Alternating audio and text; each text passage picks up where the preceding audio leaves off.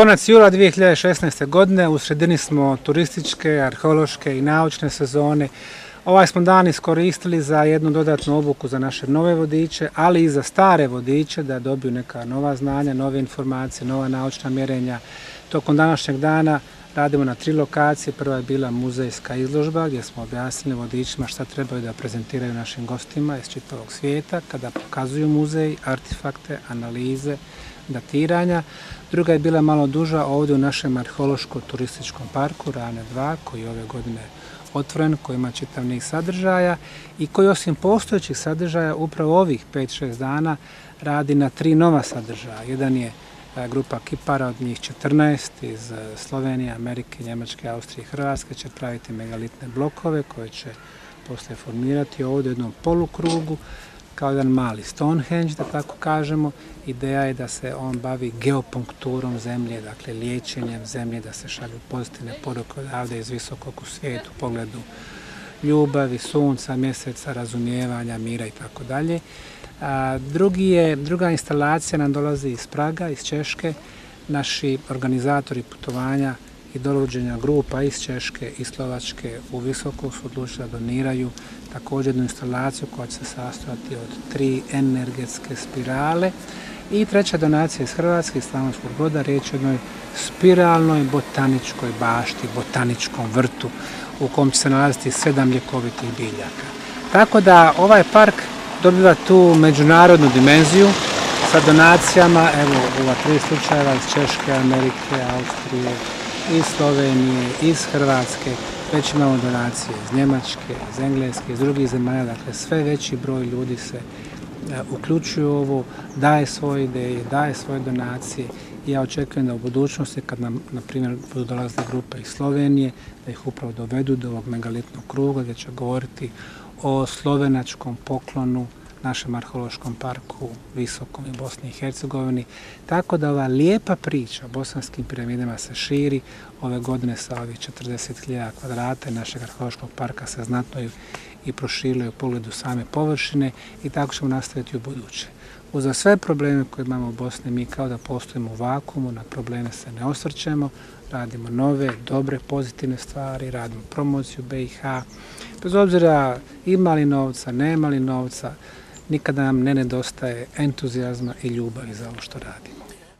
Prvo, sam koncept da imate park je vrlo pohvalan jer jako malo parkova u Visokom praktično nema, u Sarajevu ih je nekoliko, nisu naročito dobro čuvani.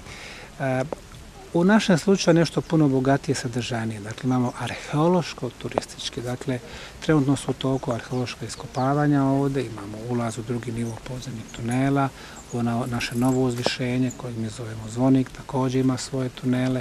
Dakle, ovdje će se stalno održavati ta arheološka iskopavanja, ljudi će moći da prisustvuju tim iskopavanjima, oni koji žele da se uključe također su dobro došli, pogotovo što ovdje imamo dosta volontera. Sa turističke strane mi imamo sadržaje koji su i kulturni i umjetnički, recimo sa ovih 14 kipara, dakle ljudi donose svoje znanje iz kiparstva, oni će to znanje simbolično ovdje ugraditi, ovdje ćemo imati čak i taj botanički dio, ponovo je priroda, kogod nam dođe ovdje, on se jednostavno divi kako smo za vrlo kratko vrijeme uspjeli da očistimo ovo močvarno zemljište, da ga osušimo, da posadimo travu, da ošišamo svako drvo, da napravimo kamene ogrlice oko ovog drveća, da napravimo te platforme za jogu, za meditaciju, da održimo koncerte. Dakle, uz veliku dobru volju i želju da pravimo dobre stvari, mi možemo to uraditi. A kad nas pitaju koja je naša motivacija, znate, kad ja prođem parkom pa kad vam neko iz Zagreba dobaci ovdje vam je divno, ili kad djeca od 14-15 godina u pubertetu koji obično ne obraćaju pažnju na starije kažu svaka vam čast što ste ovo napravili, imamo gdje svoju djecu ili svoje prijatelje ili svoju rodbinu izvesti, to su zbilja divne stvari, tako ćemo nastaviti s time. I ljudi će upravo zahvaljujući ovom parku koji je ovdje u Visokom, u srcu Bosne, u buduće planirati da ostaju duže i u Visokom i na piramidama. I ne samo oni koji vjeruju da ovdje imamo zbilja najveći kompleks piramida u svijetu, već i oni koji možda i ne vjeruju ili im nije stalo, ali će kroz ovaj park doći ovdje, provesti lijepo vrijeme, odmoriti se, relaksirati i gotovo od svih čujem gotovo istu stvar, a to je da jednostavno priroda kao da komunicira s njima, kao da pokazuje koliko je drago kad nešto držimo tako čisto i na jedan fin način. I uostalom, kao što ova tabla kaže, naš arheološki park je postao članom Međunarodne asocijacije zabavnih parkova koji obraćaju pažnju na 3 stvari, a to je sigurnost, održavanje i sadržaj, a mi sve to imamo. Ja sam profesor Ibraković, dolazim iz Slavonskog Broda, Ibraković Vehid, predajem u srednjoj školi Matej Antun Reljković, strukovne predmete, po struci sam agronom, a predajem još i na veleučilištu i na učilištima, to nije toliko bitno, već godinama se bavim aromatičnim spiralnim vrtom i evo sretan sam što smo u nekoj komunikaciji uspjeli dogovoriti da bi upravo ovdje bio jedan aromatični spiralni vrt. Aromatični spiralni vrt ima isto svoju priču koja se u potpunosti uklapa u sve ove priče i o energijama i o pozitivnom razmišljanju.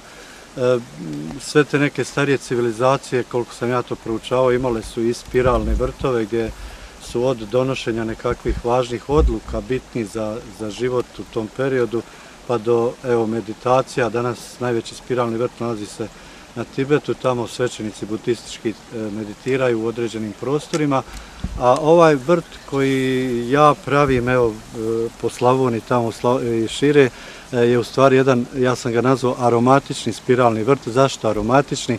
Zato što se unutra nalazi 7 vrlo važnih biljaka koje isto tako imaju energiju, jer ovo što gospodin Semir priča o različitim energijama koji nam dolaze iz zemlje, ja isto tako kako sam u kontaktu dugo sa različitim biljkama, mislim da i biljke isto imaju svoje pozitivne energije.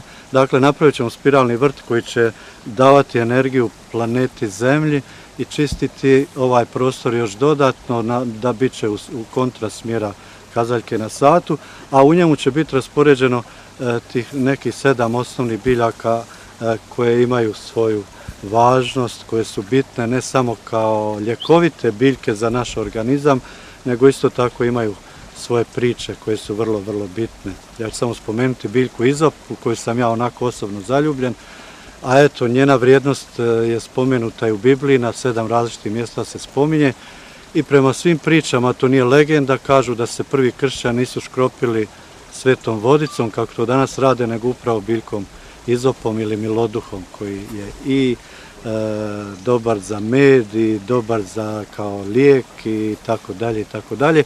Ali evo, vi kao budući vodiči bi imali sad danas osnovni kontekst vezan za aromatični spiralni vrt, evo koji će biti upravo tu mu je početak. On je vezan uvijek za vodu, svi spiralni vrtovi su izlazili iz vode, kao što je i voda uvijek izvor života, tako i za spiralni vrt i završava se tako da ga uvijek sunce obasjeva. On već nekoliko godina dovodi ture iz Češke i Slovačke u posjetu piramidama, jako veliki promotor, jako puno pomaže projektu. Odlučio je također da donira i on jednu svoju instalaciju, o kojoj će nam malo sad više reći.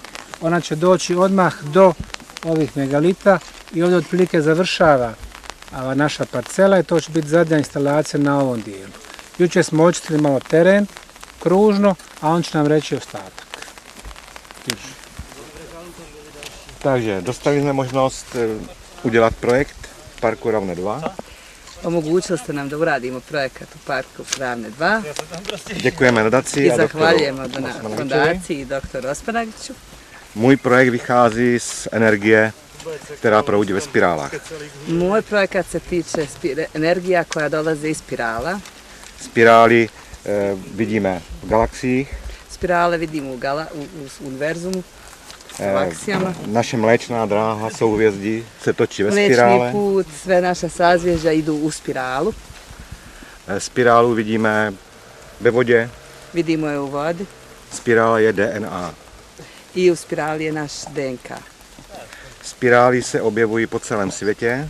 Spirale se vidimo na cijelom svijetu. Jako nejstarší rytiny na kamenech. Iako najstarije vidimo na kamenu, uklesane na kamen. Včera jsme navštívili Bosanské hory. Juče smo u bili mjesta Olovo.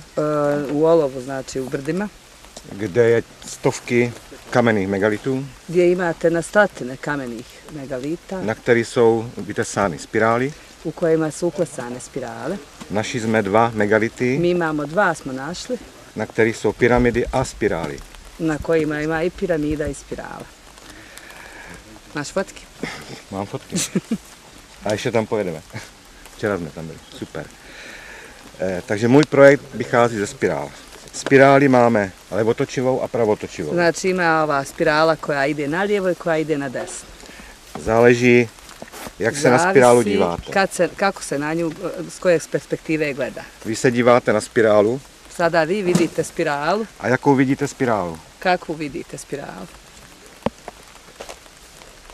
Levotočivá nebo Jel pravotočivá? ide u lijevo ili u desno?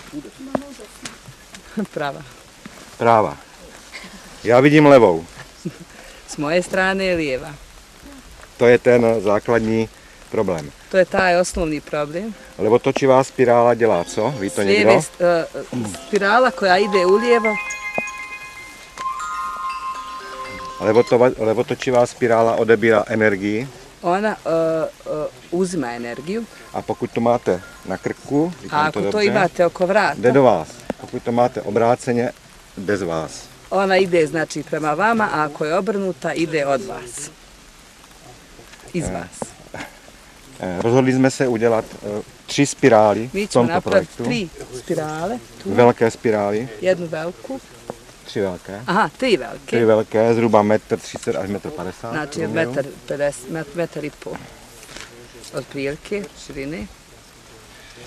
Tady je vlastně vidět projekt, Tu se može vidjeti malo kako će to izgledati. ano, kdy budou 2 spirály levotočivé, Dvije će biti koje će ići u lijevo, které by měly čerpat energii ze země koje do trebaju u stvari da preuzimaju energiju zemlje živého organismu do živog organizma, a jednu spirálu, a jednu ćemo Pravotočivou. postaviti tako s desna koja to je tato, kdy může člověk komunikovat se zemí. Protože koja će energie omogućiti člověka, čovjeku da komunicira sa zemljom, odnosno da preuzima energiju čovjeka energie člověka jde do země. koja će ići do zemlje. Někteří jedinci můžou předávat zprávy země kouli Neki mogu da sami znači budu. a když postoupíte dál, můžete získat odpověď.